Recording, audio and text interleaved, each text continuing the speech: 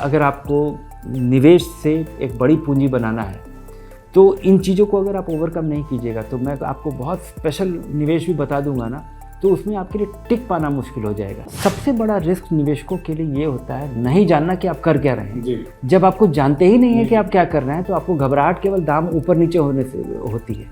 लेकिन अगर आप किसी म्यूचुअल फंड में भी निवेश करते हैं तो वहाँ पे लोगों की एक बहुत बड़ी परेशानी है, लोग पिछले दिनों के रिटर्न को देख करके भविष्य के लिए निवेश करते हैं।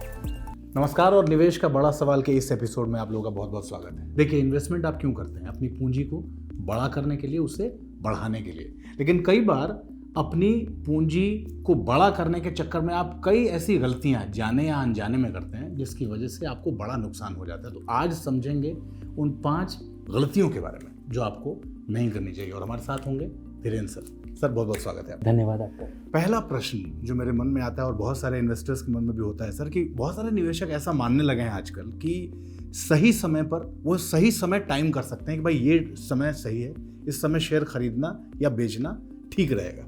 क्या टाइम करना संभव है?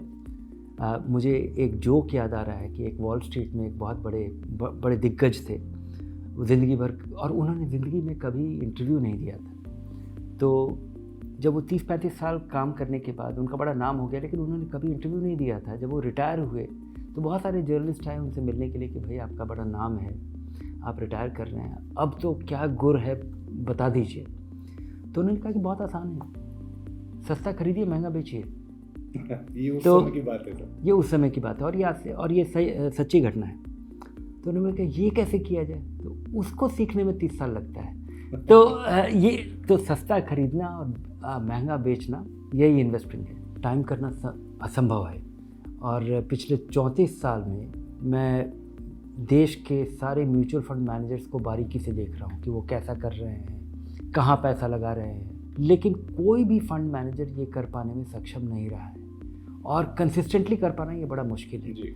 बाज़ार ऐसा ही रहेगा और बाज़ार का जो बढ़ने का जो रफ्तार होता है वो धीरे धीरे स्टेडीली बढ़ता है, गिरता बड़ा अचानक है। और लोगों के लिए लगता है कि वो टाइम कर सकते हैं। उसका कारण क्या है कि और लोग बड़ी सिंसियरिटी से इसकी कोशिश करते हैं और उनका विश्वास भी उनका विश्वास रियलिटी में नहीं है, उनका विश्वास उनके इमोशंस में है। खुद लगता है उनको भी कर लेंगे। लोगों को लगता है कि नुकसान बचाने के लिए वो गिरते बाज़ार में ना लगाएं और आसानी से पैसा बनाने के लिए बढ़ते बाज़ार में लगाएं और इसी के इंतज़ार में बहुत समय बीत जाता है। सर, पिछले कुछ समय से हम बाज़ार को अगर देख रहे हैं तो उसमें गिरावट दर्ज हो रही है। बाज़ार में गिरावट आते ही जो एक आम धारणा होती है कि लोग तुरंत अपना निवेश बेच देते हैं डर के मारे, और उसके बाद जब बाज़ार चढ़ता है तो दोबारा ज़्यादा आत्मविश्वास के साथ निवेश शुरू करते हैं। क्या ये तरीका, लोगों का ये सोचना सही है? नहीं, लोगों को देखना चाहिए कि ये निवेश का जो आपका नज़रिया है वो बिल्कुल आपके आमदनी बचत पे आधारित हो। आमदनी बचत और उस पैसे की कब ज़रूरत पड़ेगी। आपके निवेश को सिंप्लीफाई करने के लिए आपको अपना प्लान बनाना चाहिए और उसका आधार केवल आपका प्लान है कि आप कमाएंगे कितना, बचाएंगे कितना और कब तक ये पैसा लगा रह सकता है। इसके आधार पर ही आप अपना इन्वेस्टमेंट प्लान बनाएंगे और वो जो भी आपके प्रिंसिपल्स हैं, आप भले आप स्मॉल कैप में लगाइए, भले आप डाइवर्सिफाइड फंड में लगाइए, भले ही आप आधा पैसा इंडेक्स फंड में लगाइए।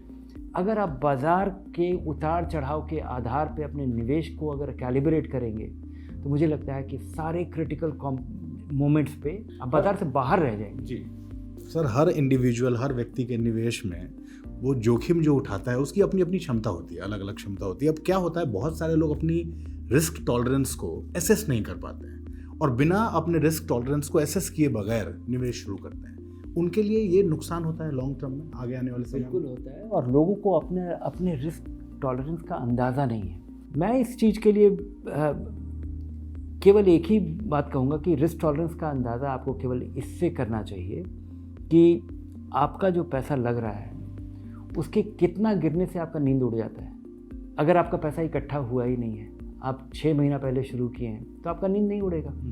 इसलिए मैं कहता हूँ कि जब तक आपके पास कोई खास पूंजी इकट्ठा नहीं हो तब तक आप इसके बारे में सोचिए भी मत। रिस्क कम करने की मत सोचिए, आपका लगा ही नहीं है, बाजार गिरेगा भी तो आपको खुश होना चाहिए कि आप सस्ता खरीदेंगे। जब ये पैसा कुछ खास हो जाए तब थोड़ा कुछ फिक्स्ड इनकम खरीद दीजिए, क्योंकि फिक्स्ड इनकम गिरता नहीं है। स्टॉक मार्केट में लगा हुआ पैसा म्यूचुअल फंड के जरिए भी वो बहुत रफ्तार से गिरता है जब गिरावट का दौर आता है। जब आप उस पैसे को कंज्यूम करने के कगार पे आए, तब आपको एक बार दोबारा उसको रीअसेस करना चाहिए कि इस पैसे में को कितना पैसा हम फिक्स्ड इनकम में कर दें, ताकि आपकी 4% आमदनी अगर इससे निकालें तो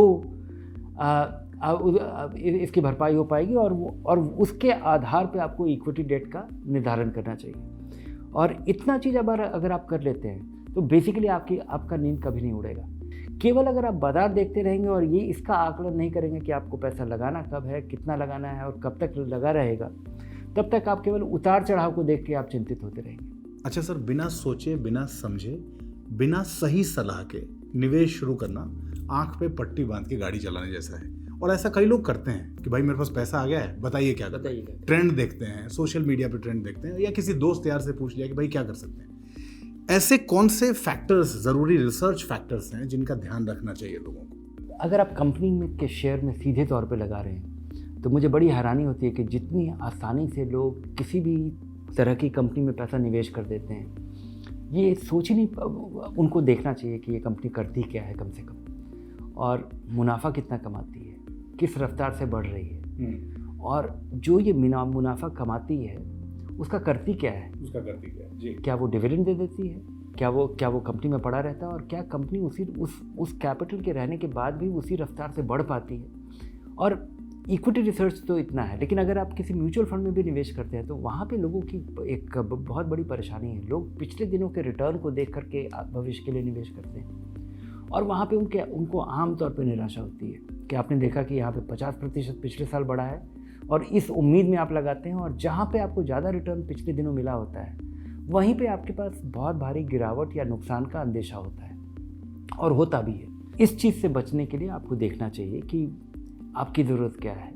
एक अच्छा फ़ंड चुनें। एक म्यूचुअल फंड का चुनाव तो इसी आधार पे होना चाहिए कि अच्छे बाज़ार में और गिरते बाज़ार में इसका प्रदर्शन क्या रहा है, और इसका आधार आपका लंबे समय में प्रदर्शन इसका कैसा रहा है ये ज़रूर देखें। पिछले 1 महीना, 6 महीना, 3 साल का रिटर्न भी शायद काफ़ी नहीं है।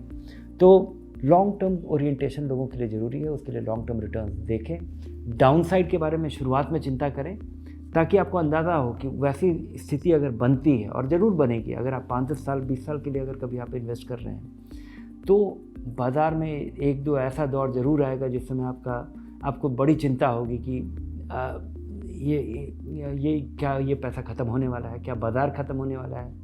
और इस दुविधा से बचने के लिए आपके पास इस प्लान का निर्धारण करना बड़ा ज़रूरी है। और ये जो रिसर्च का जो अंडरस्टैंडिंग है, आपको बहुत बड़ा एक्सपर्ट नहीं बनना है। सबसे बड़ा रिस्क निवेशकों के लिए ये होता है नहीं जानना कि आप कर क्या रहे हैं। जब आपको जानते ही नहीं है कि आप क्या कर रहे हैं तो आपको घबराहट केवल दाम ऊपर नीचे होने से होती है।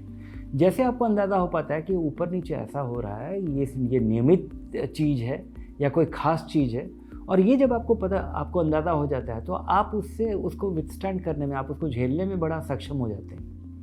6th और 7th की क्लास में सर चक्रवृद्धि ब्याज हम लोग पढ़ते थे, और आपकी बात में मैंने कई बार सुना है कंपाउंडिंग का जादू। बट कंपाउंडिंग के जादू को लोग थोड़ा कम आंकते हैं, उनको लगता है मतलब ऐसे ही कुछ है। कंपाउंडिंग का जादू कितना बड़ा है आपके इन्वेस्टमेंट के लिए, और वो कितना एक बहुत बड़ा चेंज ला सकता है आपकी पूंजी में, बड़ा कर सकता है उसको? कंपाउंडिंग सचमुच में जादू है, लेकिन इसका अंदाज़ा लोगों को हो ही नहीं पाता है। पहले तो लोग उसकी शुरुआत ही नहीं करते, और शुरुआत नहीं करने के पीछे कारण ये है कि शुरुआत में जब आपके करियर की शुरुआत होती है, जब आप नौकरी शुरू करते हैं तो ढेर सारी ज़रूरतें होती है और आमदनी कम होता है, तो बचता ही नहीं है, और उस समय आपका हैबिट ही नहीं बन पाता है। और अगर आपका बचना भी शुरू हो गया तो शुरू में आपको लगता है कि थोड़ा कहीं रफ्तार से बढ़े ताकि ज़रा ज़्यादा मज़ा आए या ज़्यादा रिटर्न मिले, तेज़ी से रफ्तार पैसा बढ़ पाए। उस वजह से आप कुछ स्पेकुलेटिव काम करते हैं। तो बहुत सारे लोग बाज़ार में ट्रेडिंग करना शुरू कर देते हैं, कोई लोग अंदाजे पे IPO में पैसा लगाने लग जाते हैं। ये एक आपके नियमित रूप से मेथोडिकल तरीके से पैसा लगाने की शुरुआत हो ही नहीं पाती है, और वहाँ पे आम तौर पे अगर आप आसानी से शुरू कर देते हैं जहाँ पे बहुत तेज़ी से पैसा बनता है, तो वहाँ पे अचानक आपका पैसा डूब भी जाता है, और इसमें ही आपका 2-4 साल बीत जाता है, और वो छोटी रकम से बड़ी पूंजी का जो अंडरस्टैंडिंग है। और ये जो लॉन्ग टर्म कंपाउंडिंग का जो जादू है, ये बिल्कुल पेड़ लगाने जैसा है। आप पेड़ प्लांट करते हैं और आप देखते रहते हैं। अगर आप रोज़ उसको खोद करके अगर आप उसका जड़ देखिएगा कि बढ़ा है कितना, तो कभी बढ़ ही नहीं पाता है, और आमतौर पे यही होता है। उसको देखना, समझना, देखना कि अब पेड़ बड़ा हो रहा है, आप उसको नर्चर करना है, उसमें और पैसा डालते जाना है। जब वो खास रकम हो जाता है तब आपको पता चलता है कि अब ये छाया भी दे रहा है और फल भी दे रहा है, और हर साल देता रहेगा, और हर साल ज़्यादा देता रहेगा।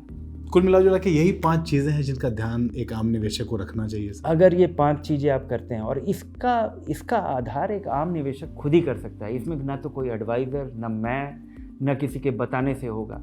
इस पे आपको सोचना पड़ेगा कि अगर आपको निवेश से एक बड़ी पूंजी बनाना है तो इन चीज़ों को अगर आप ओवरकम नहीं कीजिएगा, तो मैं आपको बहुत स्पेशल निवेश भी बता दूंगा ना, तो उसमें आपके लिए टिक पाना मुश्किल हो जाएगा।